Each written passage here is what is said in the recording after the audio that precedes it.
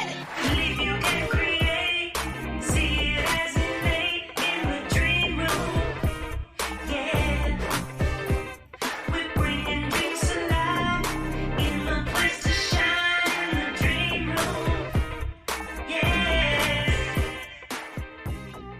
Welcome back to the Dream Room, where we explore the quiet corners of purpose, the courage it takes to build a vision from scratch, and the deeply human stories behind the work that changes our world.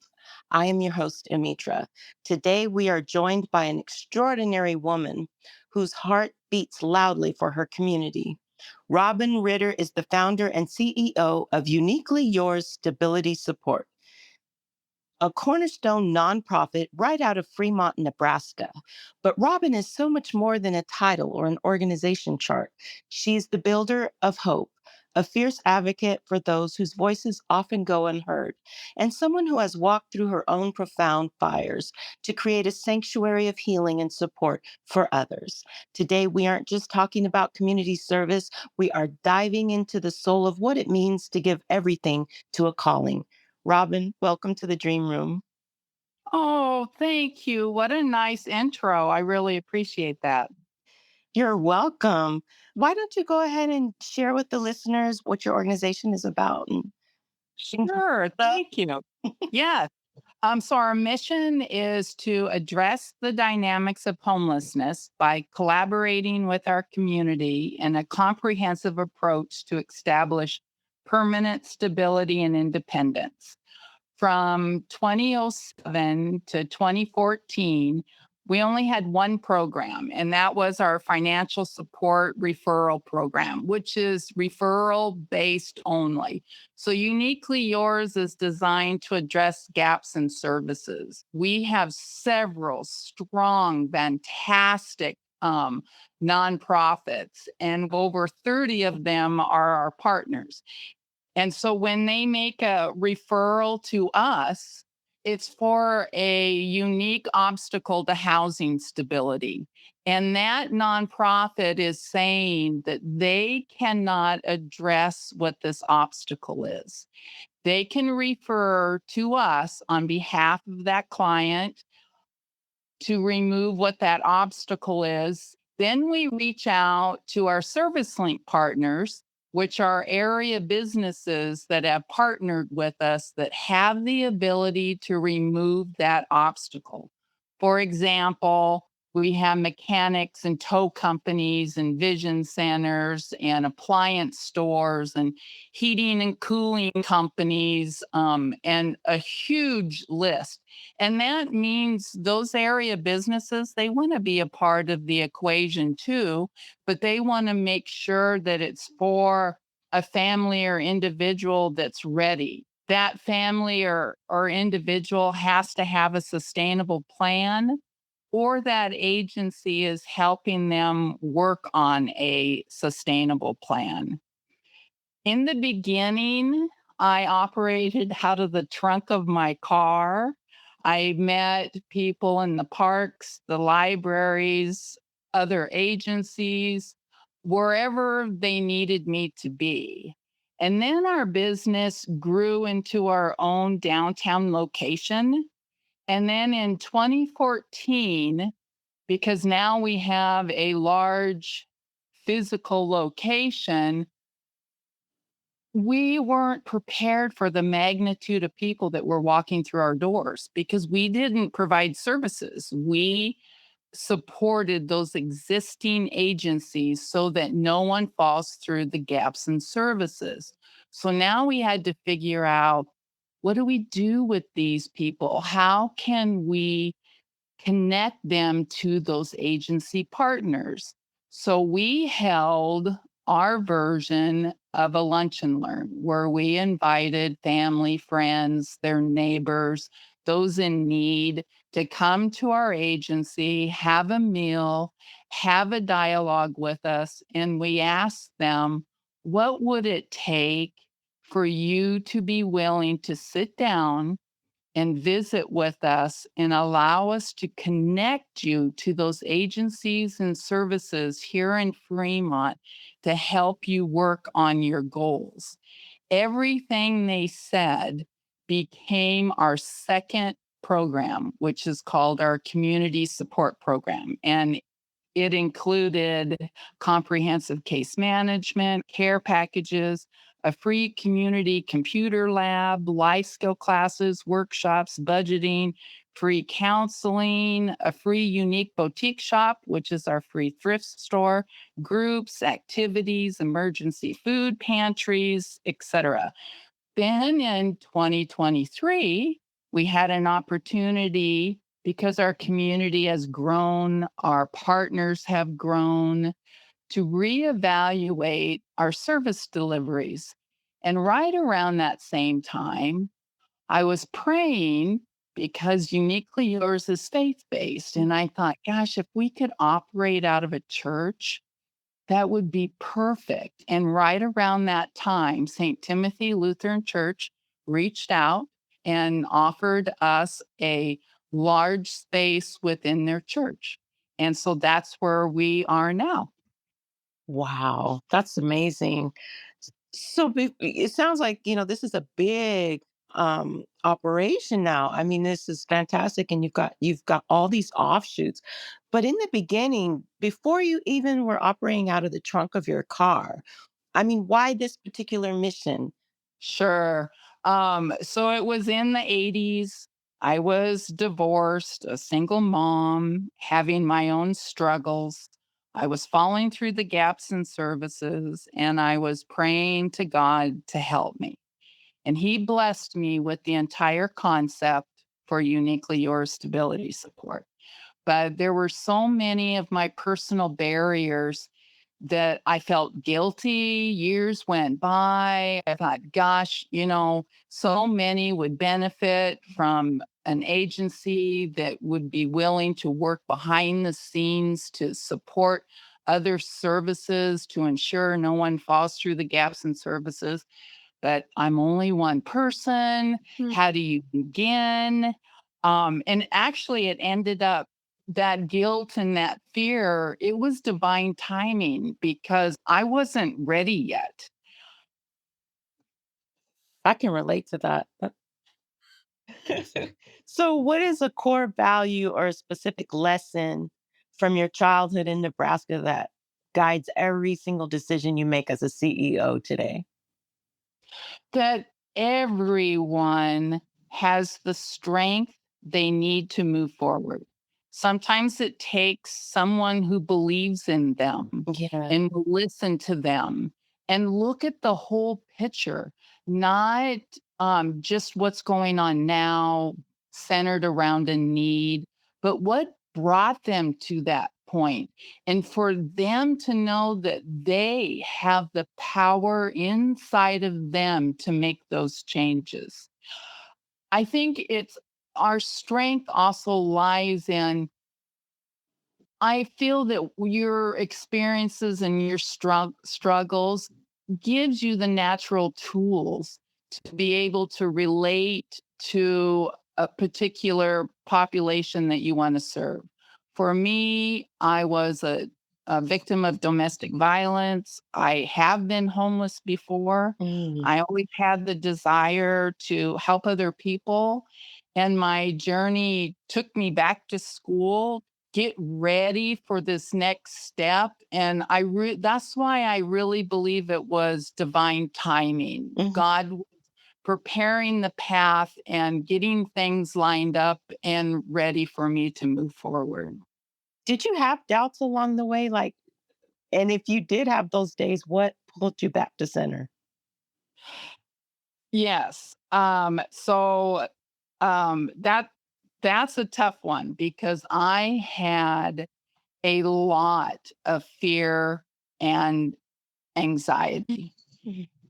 What helped me was knowing that this was my calling. And a lot of people go through life and they're uncertain about that. They question, they wonder, am I in my groove or in my niche? And I know that I am. And I'll share some of examples of some of those fears. So I've had 6 spine surgeries. Unfortunately, I was born with a bad spine, but I was between spine surgeries. I was very depressed. I didn't feel like I had much self-worth. And I was sort of just living in this pain and discomfort Mhm. and letting it kind of consume me. And I knew I was better than that. And I reached out to Nebraska VR. I just wanted to get reconnected to life again. And they helped me to start a volunteer position at a local shelter, which ended up hiring me. But while I was there, I saw people on a daily basis that could really benefit from a nonprofit like Uniquely Yours Stability Support. And it was a friend of mine that said, Robin, why don't you just do that? Well, that's easy to say, just do that. Right. So, first, I had to start with our 501(c)(3, and I reached out to an accountant to see if he would help me with that. And he was going to charge me $2,000. I didn't have $2,000. And I doubted myself and I thought, well, I can't do that. But I did do it. And we did receive our 501(c)(3. Then I had anxiety and fear over asking for money and Oh, talking to donors. Well, you can't be that way and run a right. nonprofit. We are strategically privately funded so that we can be faith based. However, it was so difficult for me, and I thought, "I can just push myself, I can do this." But there were so many fears and anxiety, and I wrote a grant to a foundation. It was accepted. They invited me to come and present the idea to them, and I went to their location. I parked my car, and, I could not get out of that car. Oh, I was so nervous, so doubting my words that I had to do self talk. I had to tell myself, Robin, get your rear end out of this car and go in there and present this idea. And so I did. I went through the doors, and then I was even more nervous because I wasn't the only one invited. There was a group of other nonprofits and other organizations with their fabulous ideas, and oh, they weren't alone. They had other people with them. mm, They had brochures, they had charts, and all I had was my mouth. And so that made me even more nervous. Now it's my turn to go into the room, and it was a huge horseshoe of people. And I'm at the front of the room. They're all staring at me. mm, I don't remember, to this day, I do not remember anything I said, but I do know it was horrific. And I left feeling like, gosh, I wouldn't give me any money. oh, And it turned out that the president of the foundation knew that I was working at the shelter. He got a hold of the executive director and told her, "You have a Robin that is working at the shelter. mm, She presented, she has a really good idea, but she needs your help and she needs our help. Please have her call me." And I was nervous about that, but I called, and that just snowballed into being open for support mm, and suggestions and guidance. And it led from one person to a group of people that just started to embrace Uniquely Yours. And it just slowly started to take shape. And I love talking to the youth, mm. and I love telling them that don't let fear get in the way. And I share that story about how it is difficult, but anything that's worth a magnitude of benefits to so many is worth pushing past that. Hmm. Like they say, the devil is a liar. That's what fear is. But how has your relationship with failure changed? Well, through the lessons of that those self-doubts, I now know that one, God doesn't make mistakes, that everything will be okay as long as I always do the best that I can. And I'll share with you one of the biggest lessons that helped me work around when self doubt comes up. Oh, thank you. So, through the years, there was a time that our funding was so low that our board of directors was looking at our exit strategy. Mm. And I was wondering, do we give it to another nonprofit? Do we close? What do we do? And at that time, I was remarried. I got remarried 10, 10, 10. And we were taking our son to his football game in Omaha, and the phone rang, and it was the Berg family. And they were aware of our financial struggles, and they were aware of our mission and our partnerships and all the things that we do. And they said, Robin, if you will continue to move forward, we will pledge $100,000 Oh. divided into 2 years, so that's $50,000 per, and they were so happy with I'm a little bit of a data freak, so I collect a lot of data, especially subjective data, and I like to evaluate how we're doing, how our partners are doing. I like to gather stats and they were so pleased with the reports that we provided on the outcomes of their funding. They continued that pledge for many years after that until their age prevented them to continue. And that day, when I felt that this is going to be the end of Uniquely Yours, Mm. and lesson was, look, it wasn't. And so I totally embrace that now. I know that it will always be okay. And it always is okay. Oh, that is so inspiring. Oh, I'm sure listeners are just eating that up. Um, so, as a woman leading with fierce compassion, how do you protect your own peace amidst life's demands and or others' struggles? Because you must hear a lot of deep stories and you know Oh, heavy stories. yeah.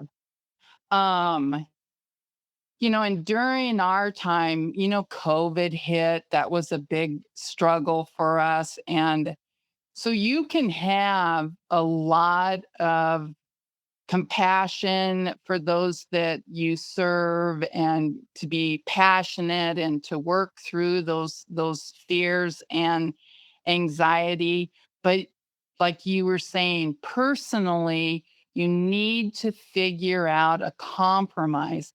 And for a very long time I gave almost all of me to Uniquely Yours, where I would come home so drained and so exhausted, working with people that are in crises and trying to walk them along their own personal storyline to have insights on, what brought them there. It's draining. Hmm.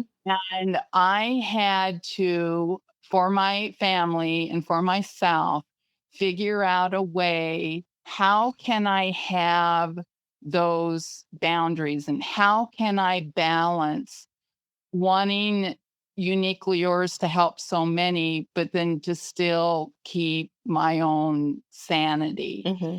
And so that's what started trying to figure out that balance. And I feel like I have that now. And those are all those lessons that you learn along the way. So you don't have like one prescription for that or advice that you could give others? Well, to listen and to be open to what those around you are saying. You know, it's easy for us that's in the middle of wanting to make a difference to get lost in it. Make sure your heart is open and you're listening to those that love you, like your family. Mhm. And it was my family, my husband, particularly, that was telling me that, honey, I'm so proud of you, everything that you're accomplishing and how hard you're working, but I miss my wife. Mm. And well, gee, that's a big statement. And it was so true. And I listened with an open heart and we came up with a plan. And our board of directors have always been so supportive. Really, anything that I need, they have been there or have tried to figure out a way to make it work. I remember in the very beginning, that was one of my first big mistakes when I put the board together. I thought, well, if we are going to support those other agencies and their gaps in services, who better to have on a board than representatives of those other agencies so that they can make sure that we're addressing their gaps in services? Well, that means that you do not have a working board, you have an advisory board. Mm. So I shared that with the board after I was working so hard to make things happen. And the board then took their own direction. And now we have a large, very powerful working board. And I'm just so thankful for that. Oh, that's so wonderful. So beyond metrics and numbers, take us into a quiet, unscripted moment with a client where you thought, this is why I was put on this earth. Oh my gosh, there's so many. We have a term that's called informal supports, and what that means is w- we want those that we serve to have as many informal supports as possible. So that's a list of names that they can call. We know the fastest, easiest way to increase that list of names is through churches. And on our form, it asks, do you have a church affiliation? Would you like to have one? And I will always remember this young lady that was sitting across my desk when I got to that question. And she said, I would like to be part of a prayer circle. And she didn't want to go alone. So I went in with her, introduced her to people, and then we left together. But then her life changed. She started working very hard, was very motivated, was no longer in the system, and came back to volunteer for us. When we know that we're changing lives, that's a very powerful thing. And I visited with so many case managers in the field that get really hung up on, well, they're not listening to me. If they would just listen to me, their life would be different. And I tried to remind them that not everyone is ready at the same time. That and when they're ready, that's when changes will happen. Mm. So true. What is a story of transformation you've witnessed that still gives you goosebumps when you think about it? Oh, what a beautiful question. Um, So this was when we had a lady walk in with her, a single mom with her son, and she said all she needed was heat. Mm. And I started talking to her, and I learned that her ultimate goal in life and dream would be to own her own cleaning business. She was ready. She had a disability. So I connected her with one of our partners, Nebraska VR, and they helped her with a business plan. She did so much. And I'll jump a year ahead. She owned her own cleaning business and was no longer advertising. She was doing so well. And she would stop in ever so often to visit with us. And our ultimate silent goal is to move people from needing the community to supporting the community. To us, that's the ultimate success. And she said, I remember a time when my son and I didn't have a Christmas tree Mm. and how devastating that was. And I know that there's other families that are experiencing that same thing, and I want to do something about it. Oh my gosh, I got goosebumps. I was so excited for her. And I said, well, let's talk about how you can do this. Well, we are on the radio 2 times a month. We went on the radio and she asked the community to drop off Christmas trees, to bring it to Uniquely Yours. And then at the same time, she welcomed families who needed a Christmas tree to come to Uniquely Yours to get a Christmas tree. And that is transformation. That is her moving from having the need of heat for her and her son to thriving. Mhm. How have people who've walked through the doors of Uniquely Yours Stability Support inspired you? Oh, when I see that they are motivated and open and ready. Mm. I so admire that. And because it's not easy, it's a big deal to walk through a door and be humble enough to ask for what you need, not knowing if you're going to receive what you need or not. And I value that. And it is awe-inspiring when they walk through the doors and ask for what they need and to be open to hear suggestions and embrace those connections. How has carrying the hopes and heavy stories of so many others reshaped your own definition of what a meaningful life looks like? Ooh, that's another good question. Well, I totally 100% believe that I am living my purpose. Mm. I do wish I could do it longer. I'm getting older. I feel like before you know it, I'm going to be 70. Mm. I'm actually 66, but I always bump my age up. So that's how I feel. Um, but we're so connected in our community now. I I really think that there will always be a part of Uniquely Yours that continues. In the beginning, it wasn't easy getting the agencies to talk together. Mhm. Back in 2007, they were all wanting their own thing and their own money and really wasn't so heavy into collaborating. But now that's the way everyone's functioning now. And I'm just so thankful for that. What is a dream that you want to claim for yourself in the next chapter? Something entirely for you outside of the nonprofit.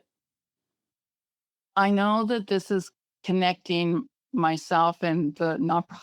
That's okay. If that's your Um, but I would love and pray that Uniquely Yours can find the money to allow us to hire some competent staff so that I don't have to be so hands on and so present. And, I have my own health issues that are going on right now that I keep putting on the back burner. And Mm. my husband has Parkinson's. And um, I really do need to focus on that but still want to make a difference. And it's very difficult when we don't have the funds to be able to hire the additional support staff that we need.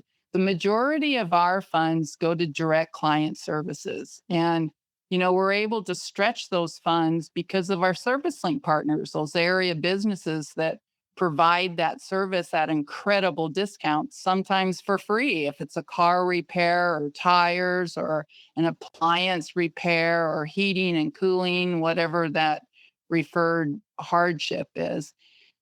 And, it's an ongoing struggle. It would be different if we went after state and federal money, but are strategically privately funded. We go after, foundations, private donors, so that we can be faith-based. And so that is what I hope for. Oh, great. So, if uniquely yours could only leave one indelible permanent footprint in the heart of Fremont, Nebraska, what do you pray that footprint is? Gosh, you have such great questions. Um, that it is not only okay, but that a nonprofit can still do well if they're working behind the scenes. Mhm. Um, right now, in our community, we're the only nonprofit that works behind the scenes to support our agency partners. Now, that's different than collaborating.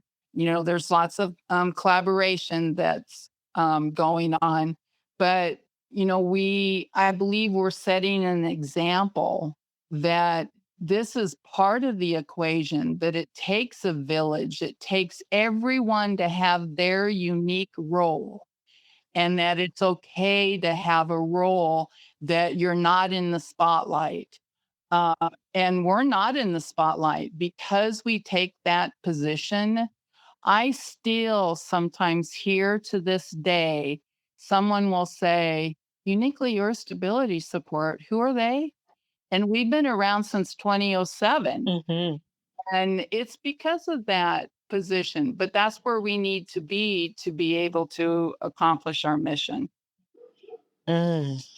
So, Robin, after everything you've survived, built, and given, how does it feel in your skin right now to know that you are standing fully in your purpose?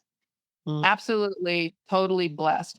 And I am proud of myself that I've learned along the way have so impacted me as a person. When I shared with you how earlier I felt like I didn't have self worth because of my spine problems, and it got me depressed, and I feel very proud, and I feel very, very blessed.